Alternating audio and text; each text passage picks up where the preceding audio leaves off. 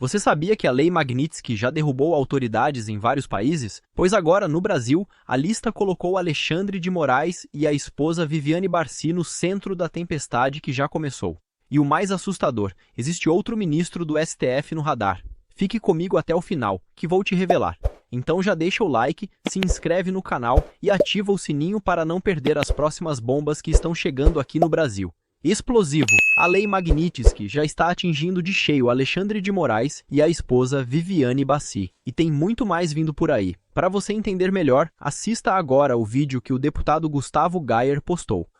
Dessa vez os Estados Unidos vieram para mostrar que eles não estão brincando. Desde que foi sancionado o Alexandre de Moraes como violador de direitos humanos internacional através da Global Magnitsky, a impressão que a gente teve é que pouca coisa mudou. Não se sabe de nada que tenha sido cancelado dele, nenhuma ação que tenha sido tomada, nada na sua vida havia sido mudado. Nessa segunda-feira agora, os Estados Unidos ampliaram a Global Magnitsky para também alcançar a esposa, escritório de advocacia e o Instituto Lex, que é onde está boa parte do patrimônio do Alexandre de Moraes, de acordo com a imprensa brasileira. E o que nós esperávamos é que qualquer ação em cima disso fosse demorar semanas, porque já tem muito tempo que a Magnitsky tem mais de um mês, né? Que a Magnitsky contra o Alexandre de Moraes foi publicada, foi divulgada e nada aconteceu. Só que dessa vez eles vieram com os dois pés juntos na voadeira. Então, o que eu vou mostrar para vocês agora é a primeira ação que atinge realmente Alexandre de Moraes e a esposa. A internet já começa a usar o termo casal Magnitsky. E aí o que eu vou mostrar para vocês é Pessoal, esse vídeo que eu acabei de ver agora no X, que eu vou... Bom, assista e entenda. Pessoal, olha o que acabou de acontecer. Esse daqui era o site do escritório da Viviane Barcy, da esposa do Alexandre de Moraes. É o site do casal Magnitsky. E o que acontece? Esse site era hospedado lá nos Estados Unidos. Aí o pessoal mandou um e-mail pro site de hospedagem americano falando... O pessoal mandou, tô achando que foi ele mesmo que mandou, viu, esse cara aí. Olha, esse casal tem sanção, eles descumpriram aí uma série de garantias, descumpriram o direito, tá tudo lá no dossiê morais.com. E além de tudo, o que acontece? Cai o site, derrubaram o site do casal Magnitsky. Tem consequência desrespeitar a Constituição, desrespeitar o direito brasileiro. Eu pensei, cara, será que isso é verdade? Porque na internet é pouca coisa que você pode confiar. E eu peguei e entrei aqui, ó, no Google, digitei Barcy de Moraes. Aí você vê, tá escrito aqui em cima, né? Esse aqui é o acervo de imagens do Google. Barcy de Moraes. Aqui embaixo também, ó, Barcy de Moraes. Então, são links do site do escritório de advocacia do Alexandre de Moraes, da esposa dele. O que eu fiz? Eu falei, cara, vamos clicar aqui, vamos ver se a gente entra no site. Aí eu cliquei. Começa a rodar, tá demorando mais que o normal. Tá rodando ainda, até agora nada, e aparece isso aqui. Aí eu fui, cliquei no outro link e apareceu isso. Eu tô mudando de perfil, de página, vocês não estão vendo porque é a mesma coisa que está escrito. Em qualquer desses links aqui, ó, em qualquer um desses links que você clicar, pode ser esse aqui, ou de cima, esse de baixo aqui, qualquer um dos links que seja barcydemorais.com.br, o que vai aparecer será sempre isso aqui, ó. Realmente, esta é a primeira ação que atinge de forma pública, pelo menos, porque a gente não sabe em relação a contas dos bancos e nada disso, mas de forma pública, o site do escritório do Alexandre de Moraes e da sua esposa estão agora derrubados porque eles estavam hospedados em uma empresa internacional que é a Hostinger. Vou até puxar aqui para ver se é isso mesmo. Ele mostrou aqui, ó, cadê? Aqui, ó, Hostinger, essa daqui, ó, Hostinger acabou de derrubar o site e eles responderam, ó, obrigado pelo seu relatório, pela sua indicação, a conta listada abusiva foi suspendida. Está escrito aqui, o departamento de abuso da Hostinger. É aqui que você faz ali as denúncias. Então foi feita uma denúncia, eu tô achando que foi esse cara aqui, eu não sei, né? E esse site não está mais no ar.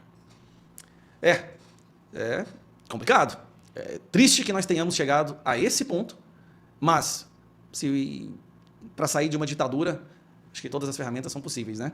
Eu acredito que ele ainda vai aprender e tentar destruir a vida de mais algumas pessoas, sinceramente.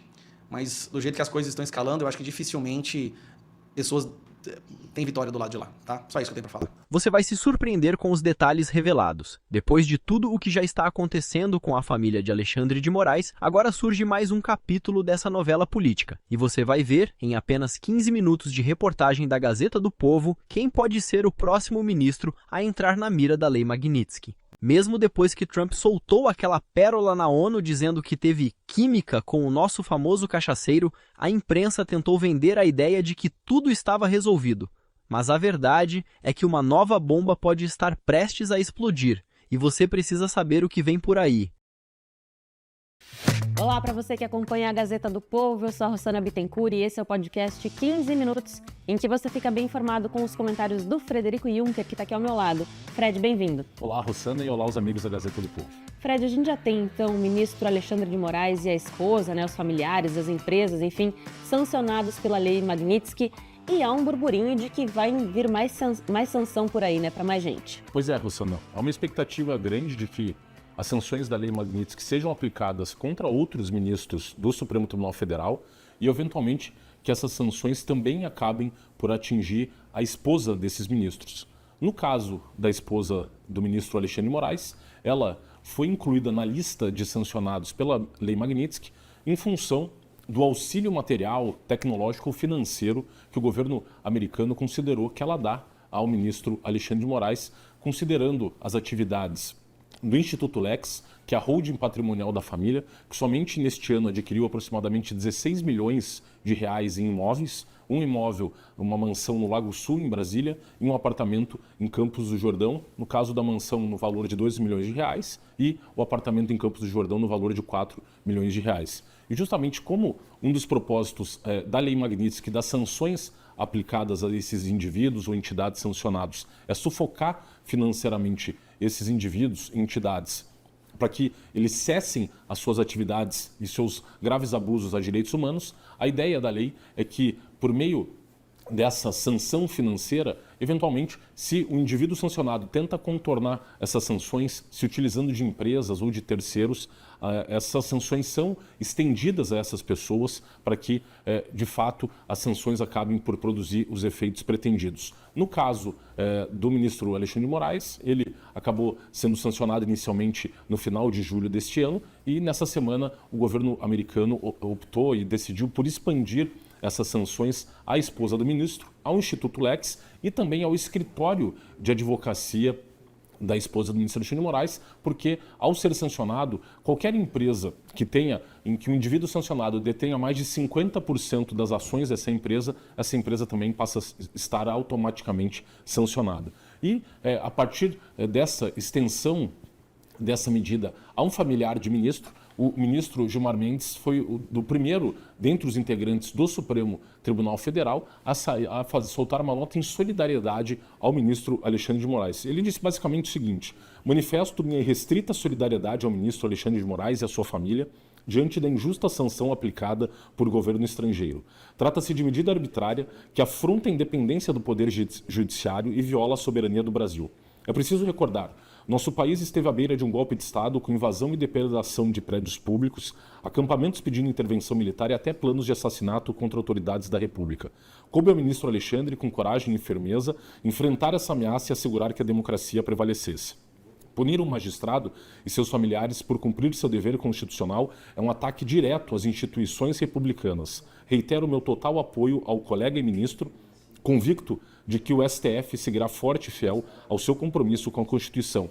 E, para além dessa solidariedade ao ministro Alexandre de Moraes, há agora uma questão de que o próprio ministro Gilmar Mendes venha a ser sancionado, nos termos da Lei Magnitsky, pelo papel que ele tem dentro hoje do Supremo Tribunal Federal. Ele que é o decano, que foi indicado em 2002 pelo ex-presidente Fernando Henrique Cardoso, é, dentre os ministros do Supremo, mais poderoso politicamente, com mais contatos em Brasília, e tem uma situação muito similar à do ministro Alexandre de Moraes. Por que isso? Porque ele também tem um instituto de direito público, que fornece cursos de pós-graduação na área de direito e que também fundou uma faculdade de direito, por meio da qual ele exerce uma série de atividades. Inclusive, esse instituto ele teve, na sua origem, na década de 90, como sócios, dois outros sócios, Inocêncio Mártires Coelho, que foi procurador-geral da República, e o Paulo Gonet, que é o atual procurador-geral da República. No entanto, esses dois sócios, ao longo do tempo, acabaram deixando a sociedade e hoje o titular,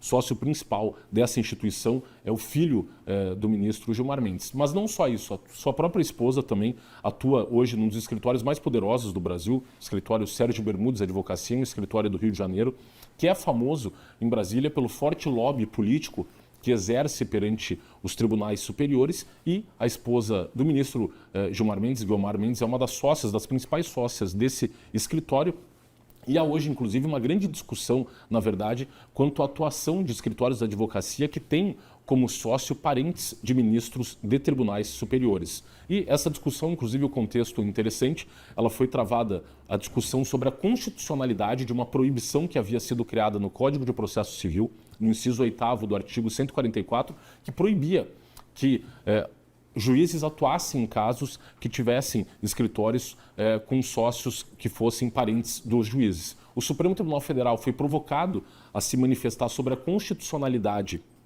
desse dispositivo do Código de Processo Civil, sobre essa causa de impedimento de atuação dos juízes nesses casos e, em 2023, ao julgar esse caso, o Supremo Tribunal Federal considerou esse dispositivo inconstitucional e num voto divergente justamente do ministro Gilmar Mendes.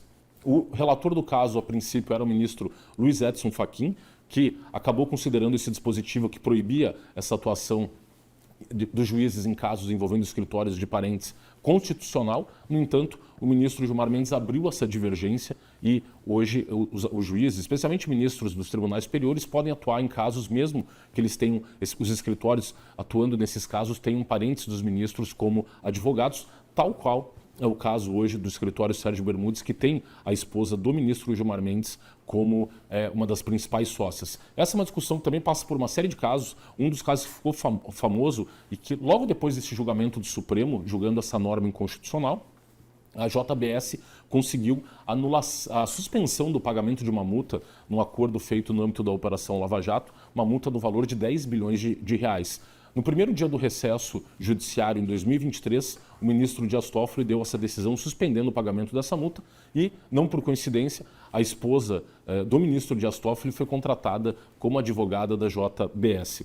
Para além disso, há hoje um caso muito famoso que está correndo em Brasília, envolvendo a Incopa e o grupo Itaipava, da cervejaria Petrópolis, em que basicamente uma discussão societária travada e tem como um dos sócios esse grupo Petrópolis. Para quem não se recorda, esse grupo ficou famoso no âmbito da Operação Lava Jato, porque eles fizeram uma operação de lavagem de dinheiro para a empresa Odebrecht e descobriu-se basicamente que a Odebrecht tinha uma dificuldade de dinheiro físico para conseguir pagar a propina de políticos foram nesse escândalo revelado pela Operação Lava Jato. Então, basicamente, a Odebrecht pagava esse grupo Petrópolis fora do Brasil e como eles lidam com comércio de cervejas, vendendo essas bebidas em pequenos comércios, eles tinham bastante disponibilidade de cédulas em dinheiro e eles acabavam por ceder essas cédulas e a Odebrecht pagava esse dinheiro da propina via bancos fora do Brasil. Então, essa empresa foi investigada, essa atuação durante a Operação Lava Jato, e o Grupo Petrópolis acabou sendo enredado nesse esquema de lavagem de dinheiro. E nessa disputa societária, apenas para ter noção, foram contratados aproximadamente 10 parentes de ministros de tribunais superiores para atuar nesse caso. Dentre eles, a esposa do ministro Gilmar Mendes, a esposa do ministro Cristiano Zanin, 2 enteadas do ministro Gilmar Mendes, a filha do ministro Gilmar Mendes, a irmã do ministro Cássio Nunes e a esposa do ministro Alexandre de Moraes. Isso tem levado a muitos questionamentos, especialmente a questão justamente da imparcialidade desses juízes para atuar em casos que envolvam seus parentes. Tanto assim que nesse caso que eu comentei do STF, em que o Supremo julgou esse dispositivo do Código de Processo Civil inconstitucional, o voto do ministro Fachin deixa muito claro qual que é o problema da atuação dos juízes nesses casos que têm escritórios com parentes atuando. Ele falou o seguinte: olha, com efeito, conforme dispõe o Código Mundial de Conduta dos Magistrados, que um juiz deve considerar-se suspeito e impedido de participar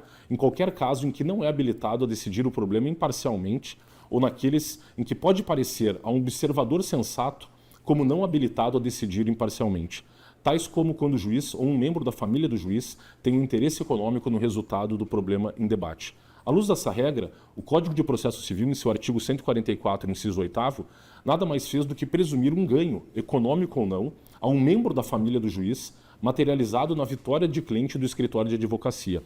Embora o ganho possa muitas vezes ser indireto, um observador sensato, ou seja, uma pessoa justa e informada, que pode acreditar que o juiz não seja imparcial, recomendaria o afastamento do magistrado em casos como esse. É justo e razoável a presunção legalmente estabelecida de ganho econômico ou não nas causas em que o cliente do escritório de advocacia de parente do magistrado atue. Por isso, em casos tais, cabe ao magistrado e às partes cooperarem para a prestação da justiça íntegra, imparcial e independente. E aí, gostou desse vídeo? Então já deixa o seu like, se inscreve no canal e ativa o sininho para não perder nenhuma novidade. Aqui você sempre vai ver o que a grande mídia não mostra. E olha, vem muita coisa quente por aí.